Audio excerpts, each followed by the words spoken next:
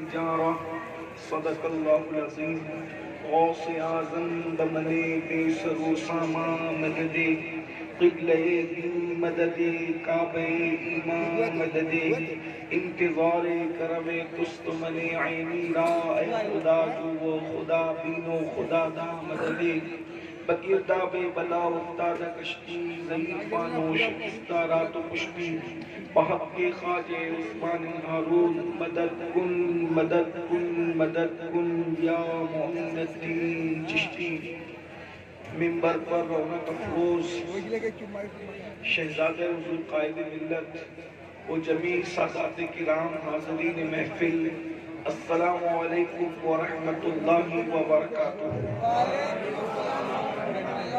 انتہائی احترام و عقیدت کے ساتھ اپنے اور ساری کائنات کے مرکز عقیدت انیس بے کساں چارہ ساز درد مندہ ہم غریبوں کے غم گسار ہم فقیروں کی سروت شہر یار ارم تاجدار حرم نوبہار شفاعت شب اسرا کے طولہ نوشے بزم جنت دانائے سبل مولائے کل ختم الرسل خسرو خوباں سیاح لامکاں وجہ کل فکاں در اللہ المکنون سر اللہ المخزون عالم ما کانا وما یکون آب و گل انبیاء جان و دل اسفیاء مطلع ہر سعادت مقطع ہر سیادت خلاصہ کائنات فخر موجودات حضور احمد مجتبی محمد مصطفیٰ ارواحنا فدا صلی اللہ تعالی علیہ وآلہ وصحبہ وبارک وسلم کی بارگاہ بیکس پناہ میں جس طریقے سے پڑھاؤں بلند آواز سے سب مل کر میرے ساتھ پڑھیں الصلاة والسلام علیکہ یا رسول اللہ الصلاة والسلام علیکہ یا نبی اللہ الصلاة والسلام علیکہ یا حبیب اللہ وعلا آلک واصحابک یا نور اللہ صلی اللہ تعالی علیہ وسلم۔ نعمتیں بانٹتا جس سمت وہ ذیشان گیا نعمتیں بانٹتا جس سمت وہ ذیشان گیا ساتھ ہی منشی رحمت کا قلم دان گیا لے خبر جلد کے غیروں کی طرف دھیان گیا میرے مولا میرے آقا تیرے قربان گیا آہ وہ آنکھ کے ناکامی تمنا ہی رہی ہائے وہ دل جو تیرے در سے پر ارمان گیا دل ہے وہ دل جو تیری یاد سے معمور رہا سر ہے وہ سر جو تیرے قدموں پہ قربان گیا انہیں جانا انہیں مانا نہ رکھا غیر سے کام للہ الحمد میں دنیا سے مسلمان گیا۔ آج کی یہ محفل حضور سیدی شیخ اعظم حضرت علامہ مفتی سید اظہار اشرف صاحب رحمت اللہ تعالی علیہ سجادہ نشین حضور مخدوم سمنہ رحمت اللہ تعالی علیہ کہ عرص سراپا قدس کے موقع پر انعقاد پذیر ہے۔ مجھ سے پیش طرف نے برادر مکرم مداح رسول جناب معین الدین قادری صاحب سے حضور کی مدحت اور بزرگوں کی منقبت اور مناقب سماعت فرمائے اور میرے بعد انشاءاللہ آپ حضور صاحب سجادہ سیدی قائد ملت مقدس اللہ العالی کی زیارت بھی کریں گے اور ان کا خطاب بھی سماعت کرنے کی سعادت حاصل کریں گے۔ مجھے ہمارے غلام غوث بھائی اور منتظمین محفل نے جن عنوانات کی طرف اشارے دیے ہیں اسی مناسبت سے میں نے قرآن مقدس کی سورہ تحریم شریف سے آیہ کریمہ تلاوت کرنے کا شرف حاصل کیا ہے۔ اللہ تبارک و تعالی اس کے متعلق مجھے حق کہنے اور آپ سب کو حق سن کر اس پر عمل کرنے اور اسے عام کرنے کی توفیق عطا فرمائے۔ ایک حدیث مبارکہ ذہن میں آتی ہے اور اس سے کلیجہ کانپ جاتا ہے۔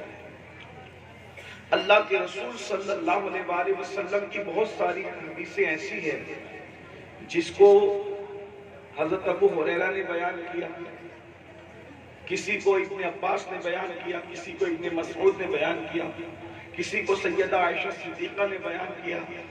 چند ہستیاں ایسی ہیں کہ ان لوگوں نے بہت کم روایت کی ہے، بہت کم، اور میں ان ہستی کی طرف سے یہ روایت بیان کر رہا ہوں کہ بہت کم بیان کرنے والوں میں ان کا شمار ہوتا ہے۔ وہ کون ہستی ہے؟ روایت جو ہستی کر رہی ہے، ذرا غور سے سنے وہ کون ہے۔ وہ ذات ہے مخدومہ کائنات کی ذات، سیدہ طیبہ طاہرہ عابدہ زاہدہ راکعہ ساجدہ نقیہ تقیہ زکیہ ام ابیہا عالمہ غیر معلمہ ملکہ فردوس بری سیدہ فاطمہ الزہرا رضی اللہ تبارک و تعالی عنہا ارشاد فرماتی ہیں کہ ایک دن اللہ کے رسول صلی اللہ علیہ وآلہ وسلم سے ملاقات کے لیے میں نے اپنے سرتاج مولا علی سے کہا کہ علی چلو چلتے ہیں اور حضور سے ملاقات کرتے ہیں، اللہ کے رسول سے ملاقات کرتے ہیں، اللہ کے سچے رسول صادق و مصدوق صلی اللہ علیہ وآلہ وسلم کی زیارت کرتے ہیں۔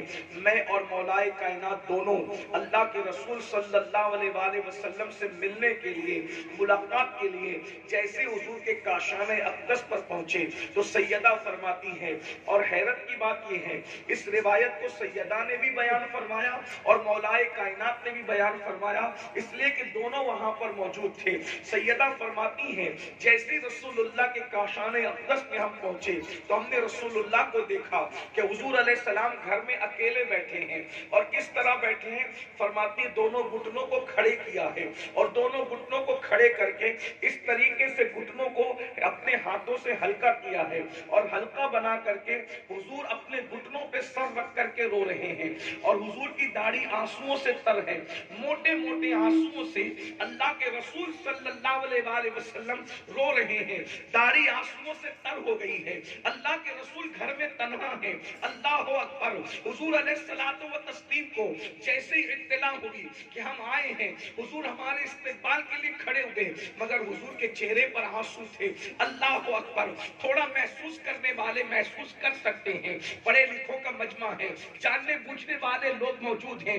اللہ اکبر! اس طرح جو بیٹھنے کی کیفیت سیدہ فاطمہ الزہرا بیان کر رہی ہے، یہ کوئی معمولی کیفیت نہیں ہے۔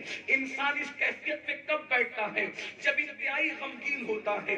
وہ رسول جو ہر غمگین کے دلوں کا چین ہے، جو ہر بے قرار دل کا چین ہے، جو ہر بے سکون دل کا سکون ہے، جس کے صدقے میں خوشیاں پیدا کی گئی ہے، جن کے صدقے میں سب کو خوشیاں میسر آئی ہے، جس کو جو بھی خوشی ملی ہے وہ آمینہ کے لال کا صدقہ ہے۔ میرے امام کہتے ہیں ان کے نثار کوئی کیسے ہی رنج میں ہو، جب یاد آ گئے ہیں سب غم بلا دیے ہیں۔ اللہ اکبر! آخر ہر بے چین دل کا چین، ہر بے قرار دل کا قرار۔ مصطفیٰ جان رحمت بے چین کیوں ہے؟ حضور بے قرار کیوں ہے؟ حضور غمگین کیوں ہے؟ حضور کیوں رو رہے ہیں؟ حضور علیہ السلام کی آنکھوں میں آنسو کیوں ہے؟ ایک سوال پیدا ہوتا ہے۔ موٹے موٹے آنسو مزگاہ پر سجے ہیں، داڑھی شریف کو تر کر رہے ہیں، داڑھی کے بالوں کو تر کر رہے ہیں۔ سیدہ فرماتی ہیں میں نے پوچھا بابا جان رونے کی وجہ کیوں ہے؟ بابا جان آپ کیوں رو رہے ہیں؟ آپ کی آنکھوں میں آنسو کیوں ہے؟ اب ذرا توجہ سے سننا، میرے آقا فرماتے ہیں اے میری بیٹی فاطمہ، اے سیدہ، اللہ اکبر، میں اس لیے رو رہا ہوں، رونے کی وجہ یہ ہے کہ جب میں معراج پر گیا تھا اور معراج پر جانے کے بعد میں نے جہنم کا مشاہدہ کیا، جب میں نے جہنم کو دیکھا تو میں نے جو مناظر دیکھے تھے وہ مناظر مجھے یاد آ رہے ہیں، ان منظر کو میں یاد کر کے رو رہا ہوں۔ ہائے میری امت کی تکلیف، ہائے میری امت پر عذاب۔ اللہ اکبر! ذرا غور تو کریں، جہنم کے مناظر کو یاد کر کے مصطفیٰ جان رحمت تنہائی میں رو رہے ہیں، لیکن اللہ اکبر! جو لوگ جہنم میں جانے والے ہیں، جن کے جنت میں جانے کا کوئی ٹھکانہ نہیں ہے، جو جہنم کے راستے کو چوز کر چکے ہیں، جو جہنم کے راستے کو اختیار کر چکے ہیں، ان کو کبھی رونا نہیں آتا، ان کی آنکھوں میں کبھی آنسو نہیں آتے۔ اللہ کے بندو اب ذرا دھیان سے سنو، میں دو تین حدیث کو مکس کر کے اس کے مفہوم کو پڑھنا چاہتا ہوں۔ اللہ کے رسول علیہ الصلوۃ والتسلیم ارشاد فرماتے ہیں جہنم کا جب میں نے مشاہدہ کیا تو اللہ کے رسول علیہ السلام فرماتے ہیں سب سے زیادہ جہنم میں نے جن کو دیکھا، اللہ اکبر، وہ عورتیں تھی۔ میں نے جہنم میں سب سے زیادہ عورتوں کو دیکھا، جہنم میں سب سے زیادہ عورتوں کو دیکھا، نمبر ایک سب سے زیادہ جہنم میں عورتیں تھی، اور اس کے بعد فرمایا پھر جہنم میں دوسرے نمبر پر جو زیادہ لوگ تھے وہ غریب لوگ تھے، مفلس لوگ تھے، غریب اور مفلس جہنم میں سب سے زیادہ تھے، اللہ اکبر۔ پھر ارشاد فرمایا مقرر لوگ جہنم میں سب سے زیادہ تھے، تقریر کرنے والے لوگ جہنم میں سب سے زیادہ تھے۔ اس طریقے سے اللہ کے رسول صلی اللہ تعالی علیہ وسلم نے بات بیان فرمائی۔ اب آپ سوچتے ہوں گے غریبوں کو جہنم میں کیوں ڈالا گیا ہے؟ اللہ اکبر، تو بات یاد رکھیں، کبھی کبھی غربت، مفلسی انسان کو کفر تک لے جاتی ہے، اچھی طرح یاد رکھنا۔ اس لیے غربت کی چکی سے نکلنے کی کوشش کرو، مفلسی کے چکر سے نکلنے کی کوشش کرو۔ جتنا وقت ہم گیمز میں صرف کرتے ہیں، جتنا وقت ہم موبائل میں لگاتے ہیں، جتنا وقت ہم فضول کاموں میں لگاتے ہیں، اتنا کام ہم تجارت میں لگائیں، مال کمانے میں لگائیں، تاکہ ہم مالدار بنیں۔ یاد رکھنا یہ جو تمہیں سبق پڑھایا گیا ہے کہ معاذ اللہ رسول اللہ غریب تھے، صحابہ غریب تھے، یہ جھوٹ ہے، یہ مکر ہے، یہ فریب ہے۔ حضور کبھی غریب نہیں رہے ہیں، حضور کا خاندان کبھی غریب نہیں رہا ہے۔ آپ کو حیرت ہوگی رسول اللہ کے والد اور والدہ کا جب نکاح ہوا تھا تو اللہ کے رسول کے دادا نے پورے مکے والوں کو ولیمے کی دعوت دی تھی، اور مینا کے میدان کے اندر وہ ولیمہ کیا گیا تھا، اور اس موقع پر 100 بکریاں اور 100 اونٹوں کو ذبح کر کے 3 دن تک مکے والوں کو کھلایا گیا تھا۔ آپ سے پوچھنا چاہتا ہوں کیا غریب لوگ اس طریقے کی دعوت کر سکتے ہیں؟ کیا غریب لوگ اس طریقے کا کھانا کر سکتے ہیں؟ ہاں، حالات کبھی آتے جاتے رہے ہیں، حالات بدلتے رہے ہیں۔ اور ایک بات مجھے بتاؤ، اللہ اکبر، پیٹ میں پتھر باندھا ہے امت کی تعلیم کے لیے، 3 مہینہ گھر میں چولہا نہیں جلا ہے امت کی تعلیم کے لیے، لیکن یہ خاندان بڑا مالدار خاندان تھا۔ حالات آتے جاتے رہتے، مجھے اس کا انکار نہیں، حضور غوث پاک مالدار تھے۔ اسی طریقے سے حضور غریب نواز رضی اللہ تبارک و تعالیٰ کے دروازے پر تو بڑے بڑے بادشاہ سوالی بن کر کے آئے، ان کے ظاہری حیات میں بھی اور آج بھی دنیا ان کے دروازے پر کاسے گدائی لے کر کے کھڑی ہے، اور جن کو ملتا ہے وہ بلا مبالغہ پکار پکار کر کہتے ہیں خواجہ ہند و دربار ہے آلہ تیرا، کبھی محروم نہیں مانگنے والا تیرا۔ اور ہمارے مخدوم، ہمارے مرشد حضور مخدوم اشرف سمنانی تو خاندانی بادشاہ تھے، اللہ اکبر، پورا خاندان بادشاہ ہے، بلکہ آپ فرمایا کرتے تھے محمود غزنوی کا خاندان ہمارے خاندان کا غلام ہے۔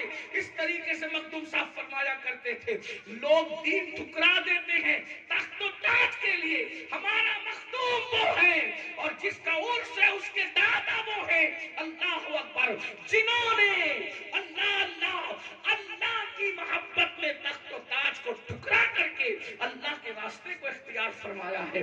اس لیے یاد رکھنا غربت کبھی کبھی انسان کو کفر تک لے جاتی ہے، مفلسی انسان کو کفر تک لے جاتی ہے۔ اس لیے آقا علیہ السلام نے فرمایا کہ میں نے غریبوں کو، مفلسوں کو جہنم کے اندر زیادہ دیکھا۔ اور ایک بات یہ بھی بتا دوں آگے بڑھنے سے پہلے، مقرر لوگ کو کیوں دیکھا؟ اس لیے کہ میں کسی کو ٹارگٹ نہیں کر رہا ہوں، میرے ذہن میں کوئی ہے بھی نہیں، اور ٹارگٹ کر کے تقریر کرنا یہ غیبت ہے، غیبت کرنا مرے ہوئے بھائی کا گوشت کھانے کے برابر ہے۔ میرے ذہن میں کوئی نہیں، جنرل بات کر رہا ہوں۔ اللہ اکبر، اکثر مقرر لوگ جو کہتے وہ کرتے نہیں۔ قرآن کہتا ہے لما تقولون ما لا تفعلون، وہ کیوں کہتے ہو جو خود نہیں کرتے؟ بڑی معذرت کے ساتھ راتوں کو تقریر نمازوں پر ہوگی، فجر میں خود غائب ہوں گے، یاد رکھنا، اچھی طرح یاد رکھنا، اللہ اکبر۔ اسی طرح سے اللہ کے رسول علیہ السلام فرماتے ہیں وہ مقرر جو فتنہ پرور ہوتے ہیں ان کے ہونٹوں کو جہنم میں آگ کی کینچی سے میں نے کٹتے ہوئے دیکھا ہے، اللہ اکبر۔ اس لیے فتنے کی بات نہ کرو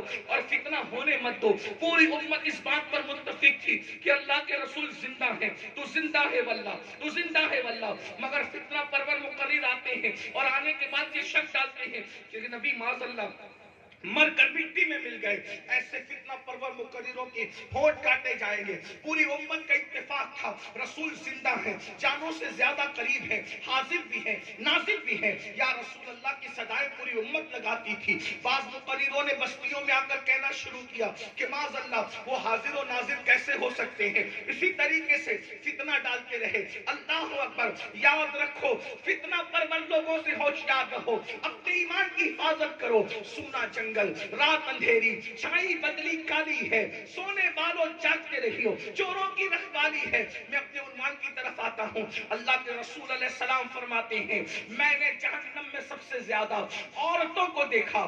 آئیے آج کی گفتگو کا عنوان ہے جہنم کا مشاہدہ. تھوڑی دیر ہم جہنم کا مشاہدہ حضور کے الفاظ کی روشنی میں کرتے ہیں. کاش دل کے کانوں سے کوئی سن لے، کاش کسی کے دل میں بات اتر جائے. ہم اپنے آپ کو جہنم سے بچا سکتے ہیں، اس لیے کہ قرآن کہتا ہے قُوا أَنفُسَكُمْ وَأَهْلِكُمْ نَارًا.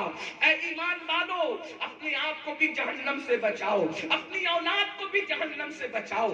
آئیے آقا فرماتے ہیں جب میں نے جہنم کا مشاہدہ کیا، مائیں اور بہنیں اگر یہاں موجود ہیں ان کی خصوصی توجہ، اس لیے کہ اللہ کے رسول نے جو جہنم کا مشاہدہ پیش کیا ہے وہ آپ کے سامنے بطور مفہوم رکھا جا رہا ہے. آقا فرماتے ہیں جب ہم نے جہنم کا مشاہدہ کیا تو ہم نے کیا دیکھا؟ کچھ عورتیں ہیں جو ننگی ہے اور جہنم میں اوندھی لٹکائی گئی ہے. اللہ اکبر. ذرا تصور تو کریں اگر کمرے میں کسی کو یوں ہی اوندا لٹکا دیا جائے، نیچے سر ہو اوپر پیر ہو اور کھوٹی سے کسی کو لٹکا دیا جائے تو اس کی کیا حیثیت ہوگی، اس کی کیا کیفیت ہوگی. اللہ اکبر. لیکن اللہ اے سی کا کمرہ نہیں ہے، دنیا کا کمرہ نہیں ہے، بلکہ اللہ اکبر اللہ کے سچے رسول صادق و مصدوق غیب کا نبی صلی اللہ علیہ وآلہ وسلم فرما رہے ہیں جہنم کے دہکتے ہوئے شعلوں میں عورتوں کو الٹا لٹکایا گیا ہے اور ان کے بالوں سے ان کو باندھ دیا گیا ہے. کیا عورتیں سوچتی نہیں ہیں لوگ اپنے آپ پر رحم کیوں نہیں کرتے، لوگ اپنے آپ پر رحم کیوں نہیں کرتے؟ یاد رکھنا یہ کسی مولوی صاحب کی گفتگو نہیں ہے کہ اس میں آپ دائیں بائیں ہو سکتے ہیں، یہ کسی مفتی صاحب کا قول نہیں ہے کہ آپ اس میں تعبیر کر سکیں، یہ کسی سیاسی لیڈر کی گفتگو نہیں ہے اس میں شک کر سکے، یہ کسی جلسے کے نقیب کی گفتگو نہیں ہے اس کو مبالغہ آرائی پہ محمول کر سکے. یہ اس رسول کا فرمان ہے جس کے بارے میں قرآن کہتا ہے وَمَا يَنطِقُ عَنِ الْهَوَىٰ إِنْ هُوَ إِلَّا وَحْيٌ يُوحَىٰ. یہ وہ رسول ہیں جو اپنی مرضی سے کچھ نہیں کہتے، اپنی طبیعت سے کچھ نہیں کہتے، اپنی خواہش سے کچھ نہیں کہتے. زبان ان کی ہوتی ہے، کلام خدا بند قدوس کا ہوتا ہے. ذرا بہنوں کی توجہ، لرز جاؤ، تمہارے اور میرے سچے رسول فرما رہے ہیں عورتوں کو جہنم میں اوندھے منہ لٹکایا گیا ہے، ان کے بالوں سے ان کو باندھ دیا گیا ہے. میں نے جب ان کی چیخ اور چلانے کی آواز سنی، آقا فرماتے میں نے جبریل سے پوچھا اے جبریل یہ کون عورتیں ہیں، اس عذاب میں کیوں گرفتار ہے؟ تو جبریل امین عرض کرتے ہیں یا رسول اللہ صلی اللہ علیہ وآلہ وسلم یہ آپ کی امت کی وہ عورتیں ہیں جو دنیا کے اندر بے پردہ رہتی تھی، اجنبی مردوں سے باتیں کرتی تھی، اجنبی مردوں سے اپنے تعلقات بناتی تھی. اللہ اکبر. 3 باتیں کہی جا رہی ہے. اللہ اکبر. نمبر 1 بے پردہ رہتی تھی. آج دیکھ لیجئے عورتوں کو پردے کی بات کرو تو عورتیں کہتی ہیں مولوی لوگ جب دیکھو جب پردے کی بات کرتے ہیں. یاد رکھنا اور انٹرنیٹ کا دور ہے، نیوز چینلوں کا دور ہے، سوشل میڈیا کا دور ہے. اس نیوز چینلوں پہ بات کی جاتی ہے کہ عورتوں کو پردے میں رکھنا ظلم ہے، یہ ہے زیادتی ہے. ہم ان کو کچھ نہیں کہتے اس لیے کہ ہم ان کو کچھ کہہ بھی نہیں سکتے اور ہمیں ان کو کچھ کہنا بھی نہیں ہے. لیکن میں اپنی بہنوں سے کہتا ہوں کس مذہب میں عورت کی کیا حیثیت ہے یہ مذہب کے لوگ جانے. ہمارے مذہب میں عورت کی حیثیت جنت کی ہے، ہم عورت کو جنت مانتے ہیں. اگر بیٹی کی شکل میں پیدا ہو ماں باپ کے لیے جنت ہے، جوان ہو کر کے شوہر کے نکاح میں چلی جائے نیک عورت شوہر کے لیے جنت ہے، اور جب وہ ماں بن جائے تو رسول اللہ فرماتے ہیں الجنت تحت اقدام امہاتکم کہ جنت تمہاری ماؤں کے قدموں کے نیچے ہے. عورت اگر بیٹی ہے تو ماں ماں باپ کے لیے جنت، بیوی ہے تو شوہر کے لیے جنت، ماں ہے تو اولاد کے لیے جنت۔ بتاؤ اس سے بڑا تصور کوئی ہو سکتا ہے؟ اور جنت کو جنت اس لیے کہتے ہیں کہ جنت چھپا کے رکھی گئی ہے۔ اللہ کی آسمانوں کی جنت بھی چھپی ہوئی ہے اور ہماری زمین کی جنت عورت ہے، ہم اس کو بھی چھپا کر کے رکھتے ہیں۔ اللہ اکبر، ہماری عورت جنت ہے، جنت۔ کس کے یہاں کیا ہے؟ جب لوگ اپنی بیٹیوں کو زندہ دفن کر رہے تھے اس وقت رسول اللہ نے فرمایا میں محمد بیٹیوں کا باپ بن کر کے آیا ہوں، جو بیٹی کی پیدائش میں خوشی کرے، اچھا نام رکھے، اچھی تربیت کرے، اچھے خاندان میں اس کا نکاح کرے، بیٹیوں کا باپ اور میں محمد جنت میں اتنے قریب ہوں گے جیسے یہ دو انگلیاں قریب ہیں۔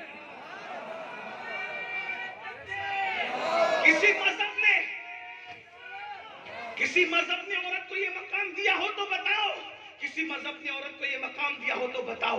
اللہ کے رسول علیہ السلام فرماتے ہیں جب سفر سے آیا کرو کوئی نہ کوئی تحفہ لایا کرو، جب سفر سے آیا کرو کوئی نہ کوئی تحفہ لایا کرو، اور جب تحفہ لایا کرو تو پہلے بیٹوں کو مت دیا کرو، پہلے بیٹیوں کو دیا کرو۔ حضور تحفے کے لیے فرمانے بیٹیوں کو دیا کرو، اس لیے کہ اگر 3 بیٹیاں ہیں ایک بیٹا ہے بیٹے کی اہمیت زیادہ ہوگی۔ آقا فرماتے ہیں تحفہ لانا تو پہلے اکلوتے بیٹے کو مت دینا، بلکہ جو 3 بیٹیاں کھڑی ہے نا ممتا کی مورت بن کر ان کو دینا۔ اس لیے کہ آقا فرماتے کیا فرماتے، توجہ فرمائے، فرماتے بیٹیوں کا دل بڑا نازک ہوتا ہے، بیٹیوں کا دل بڑا نازک ہوتا ہے، پہلے بیٹے کو دے گی اور بیٹی کو بعد میں دے گی تو بیٹی کا دل ٹوٹ جائے گا۔ جس نے بیٹی کا دل توڑ دیا اس نے مجھ محمد کا دل توڑ دیا۔